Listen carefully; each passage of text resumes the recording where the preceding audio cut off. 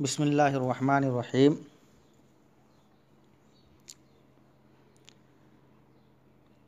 आज हम अल-बह्सुर्राबी फ़िल क़ियास का सबक नंबर 3 पढ़ने जा रहे हैं।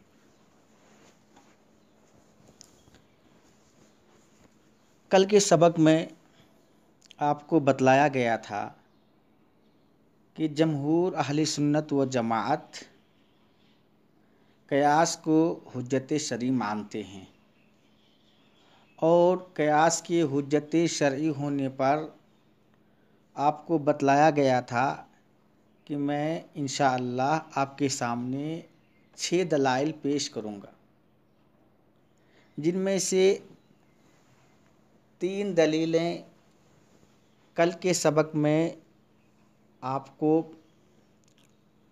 बतलाया गया, एक कुरान से और 2 अहादीस से। चौथी दलील हज़रत कैस बिन तलक रज़ी अल्लाह ताला अन्हु, एक सहाबी हैं, देहाती सहाबी हैं, उनकी रवायत है कि वो नबी करीम सल्लल्लाहु अलैहि वसल्लम की खिदमत में हाज़िर हुए और हाज़िर होने के बाद उन्होंने अल्लाह के नबी सल्लल्लाहु अलैहि वसल्लम से मस्से ज़कर का मसला पूछा। यानी अगर कोई शख्स बावज़ू हो और फिर वो अपने शर्मगाह को छू दे तो क्या उसका वज़ू टूट जाएगा या नहीं टूटेगा?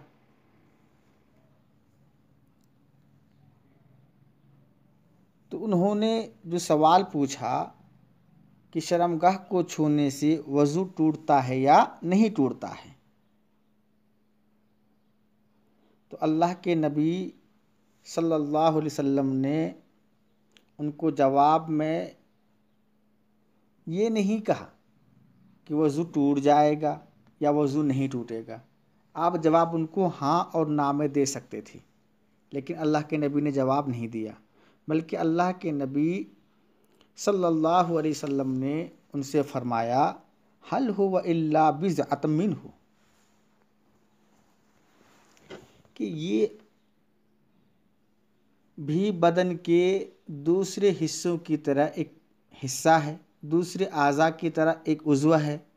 तो दूसरे आज़ा यानी अगर कोई बावज़ू आदमी वज़ू के बाद नाक को छू दे, नाक को खुजलाए, कान खुजलाए, बदन के किसी और हिस्से पर हाथ लगाए, तो उससे वज़ू नहीं टूटता है। तो इसी तरीके से अगर कोई आदमी अपने शर्मगाह को हाथ लगा ले तो तब भी उसका वज़ू नहीं टूटेगा। तो यहाँ पर देखिए, अल्लाह के नबी सल्लल्लाहु अलैहि वसल्लम ने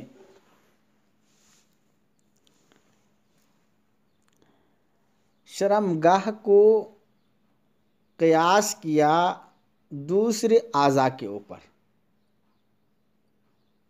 कि जिस तरह दूसरे आज़ा के छूने से आदमी का वज़ू नहीं टूटता है, इसी तरह से अगर शर्मगाह को छुए तब भी वज़ू नहीं टूटेगा।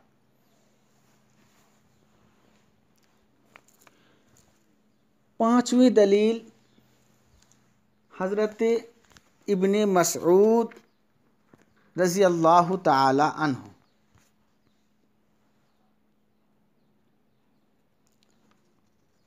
का एक वाक़या है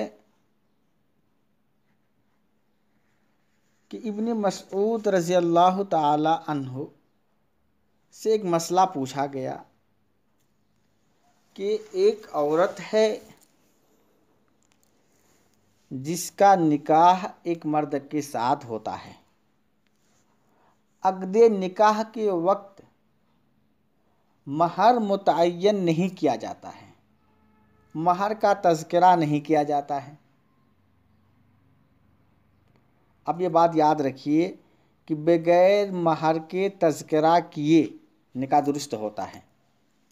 तो खैर, तो मसला ये दरियाफ्त किया गया कि एक औरत का निकाह एक मर्द के साथ हुआ और अक़्द निकाह के वक्त महर का कोई तज़किरा नहीं हुआ कि कितना महर होगा। अक़्द होने के बाद दुखूल से पहले पहले, अक़्द होने के बाद दुखूल से पहले पहले मर्द का इंतकाल हो जाता है, तो इस औरत के लिए कितना महर होगा?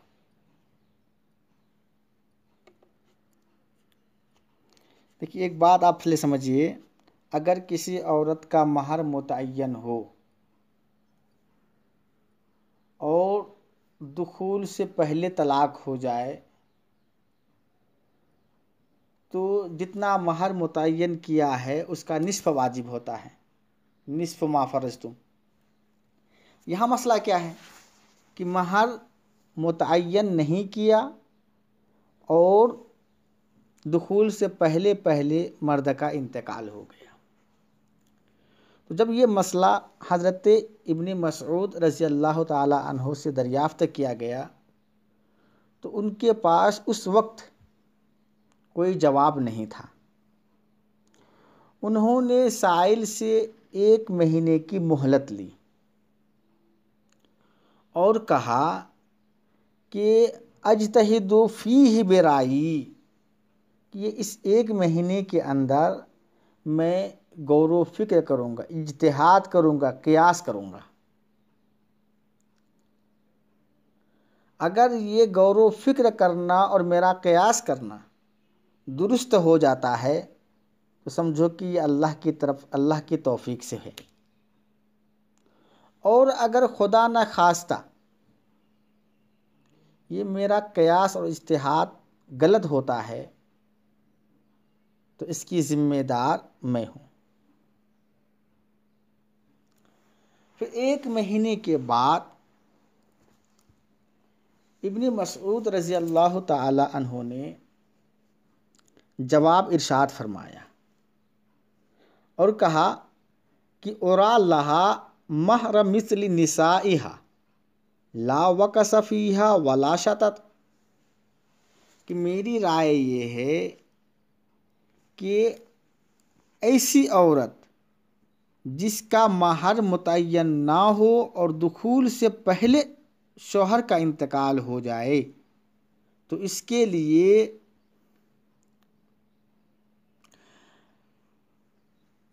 उस जैसी औरत का जो महर होता है यानी महरे मिस्ल, तो ऐसी औरत के लिए महरे मिस्ल होगा, ना तो उसमें से कुछ कम किया जाएगा और ना उसमें इजाफा किया जाएगा, यानी मुकम्मल महरे मिस्ल दिया जाएगा। तो देखिए, इब्न मसऊद रज़ी अल्लाह ताला अन्हु ने जो जवाब दिया है वो जवाब उन्होंने क़ियास और इज्तिहाद के ज़रिया दिया। अगर क़ियास और इज्तिहाद हुज्जत शरई ना होता तो अव्वलन इब्न मसऊद रज़ी अल्लाह ताला अन्हु ये नहीं फरमाते कि अजतहिदु फ़ीही, कि मैं गौर व फ़िक्र करूँगा, क़ियास करूँगा, इज्तिहाद करूँगा, क्योंकि जलीलुल क़द्र सहाबी हैं, फ़क़ीह सहाबी हैं। अगर इन्होंने कह दिया तो सामने वाले जो साइल हैं उनको एतराज़ करना चाहिए कि क़ियास तो बातिल है, क़ियास कोई दलील और हुज्जत है ही नहीं, तो आप हमें क़ियास से कैसे जवाब देंगे? हमें तो जवाब कुरान और सुन्नत से चाहिए। साइल ने भी सवाल नहीं किया। इससे पता चलता है कि सहाबा और सहाबा के जो शागिर्द हैं, ये सारे हजरात क़ियास को हुज्जत शरई मानते हैं। ये 5 दलीलें हुई।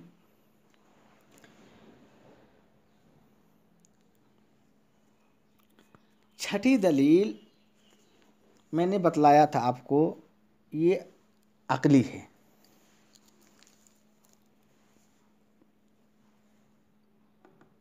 मुसलमानों का इजमाई अकीदा है कि नबी अकरम सल्लल्लाहु अलैहि वसल्लम क़यामत तक के लिए नबी बनकर दुनिया में तशरीफ़ लाए, और आपको जो शरीयत दी गई ये क़यामत तक के लिए है और कामिल व मुकम्मल शरीयत है।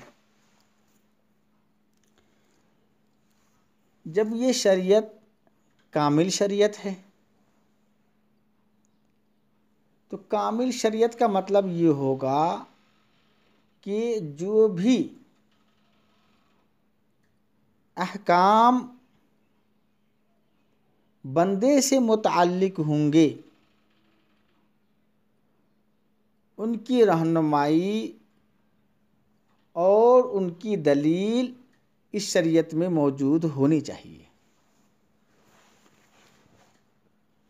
ऐसा नहीं हो सकता है कि किसी हुक्म की दलील मौजूद ना हो इस शरीयत में और फिर कहा जाए कि ये शरीयत कामिल और मुकम्मल है।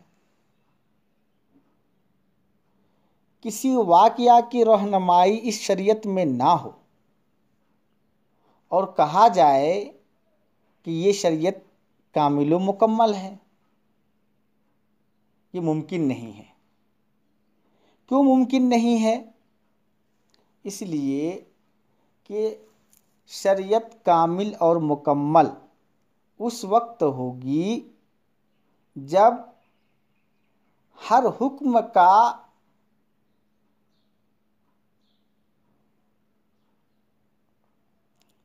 हर हुक्म की दलील शरीयत में मौजूद हो,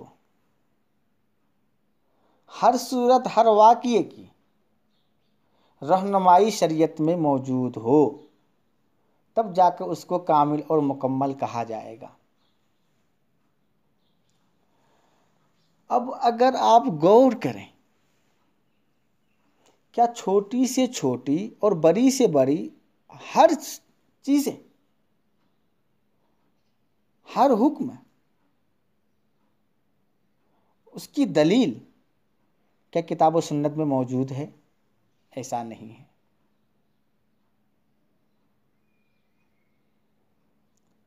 बल्कि किताब व सुन्नत में कुछ अहकामात तो वाज़ेह तौर पर बयान कर दिए गए, कुछ अहकामात इजमालन बयान कर दिए गए और कुछ अहकामात ऐसे बयान किए गए कि ज़ाहिरन उन तक हर आदमी की रसाई नहीं होती, और उनके लिए अल्लाह तबारक व तआला ने उलुल अम्र को मुंतखब किया। अल्लाह के नबी ने अपने नाइब को मुतय्यन कर दिया कि अल उलमा वरसतुल अंबिया, अपने नाइब कि नबी की ज़िंदगी में अगर कोई सूरत, कोई वाक़या, कोई मसला दरपेश हो तो उस वक्त उसकी रहनुमाई नबी के ज़िम्मे होती है, उनका हल नबी के ज़िम्मे होता है। लेकिन अल्लाह के नबी ने फरमाया कि चूँकि मेरी शरीयत कामिल व मुकम्मल है क़यामत तक के लिए, तो मेरे बाद जो वाक़यात पेश आएंगे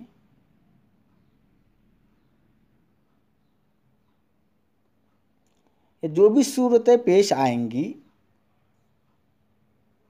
उनका जवाब, उनकी दलील मेरी उम्मत के उलमा के ज़िम्मे है।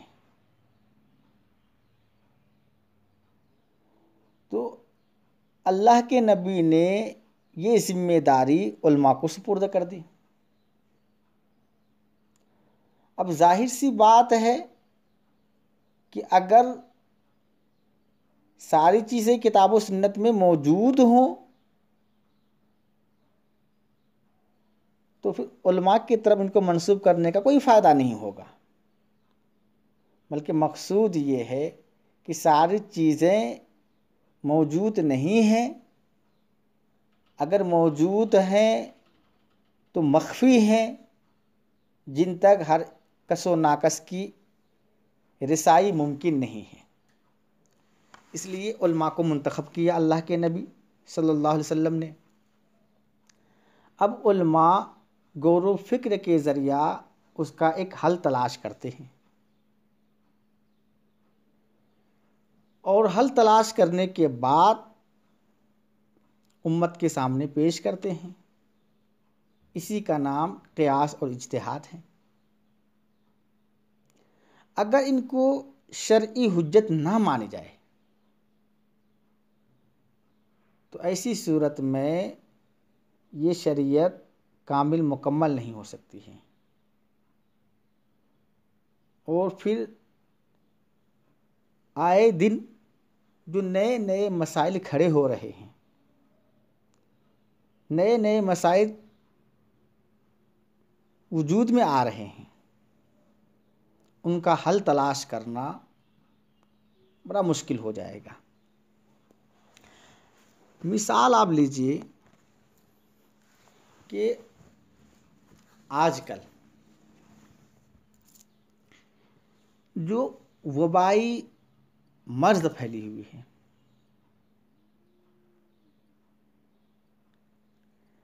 अब ऐसे हालात में लोग मस्जिदों में नमाज कैसे पढ़ेंगे, लोग घरों में नमाज कैसे पढ़ेंगे। अगर आप अहादीस में देखें तो अल्लाह के नबी सल्लल्लाहु अलैहि वसल्लम ने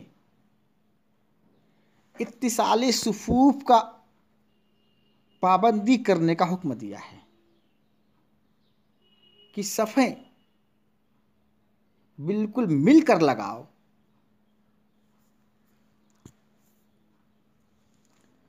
जितने बड़ा मजमा हो उनकी उतनी ज़्यादा फजीलतें हैं।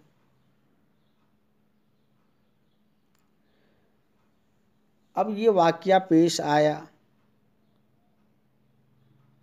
माहिरीन ने कहा कि अगर एक दूसरे का बदन मस करता है तो इससे मर्ज़ के बढ़ने और फैलने का अंदेशा कभी हो जाएगा। तो अब क्या किया जाए?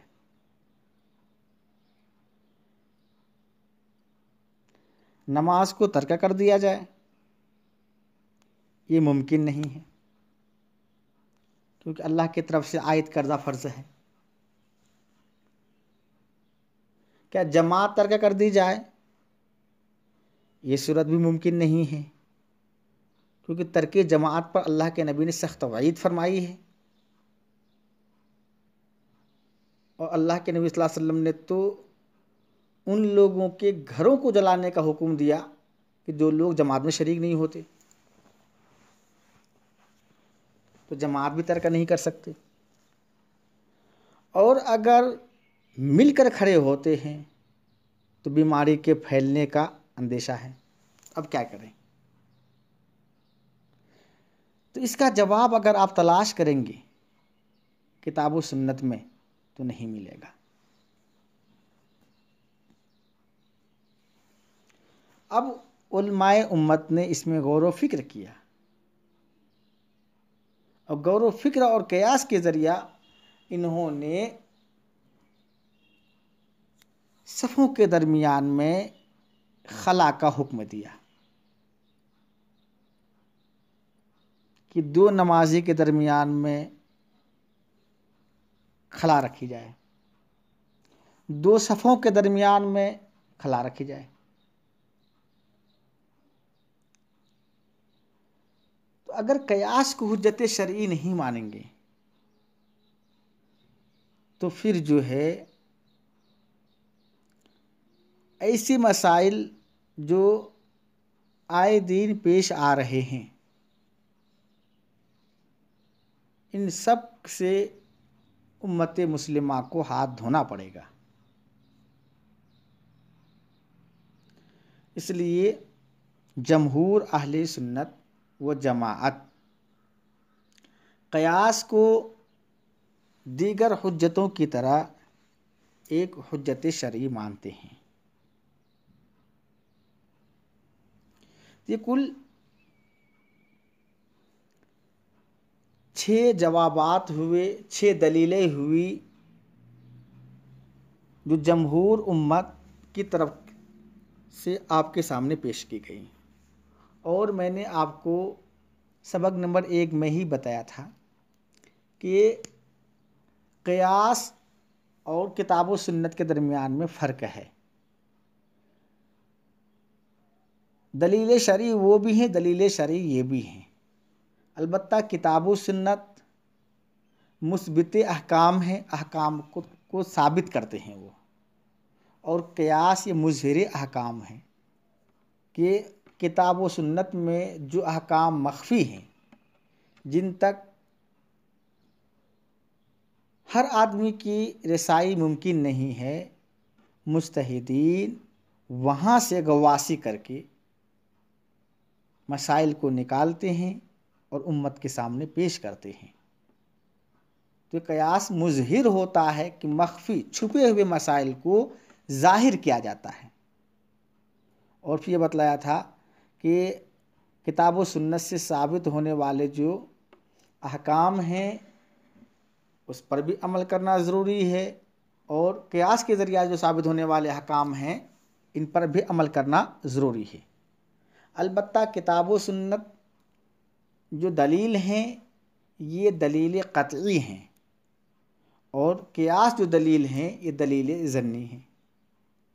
तो वुजूब अमल के लिए चाहे दलील क़त्ई हो, दलील ज़न्नी हो, अमल के वजूब के लिए काफ़ी है।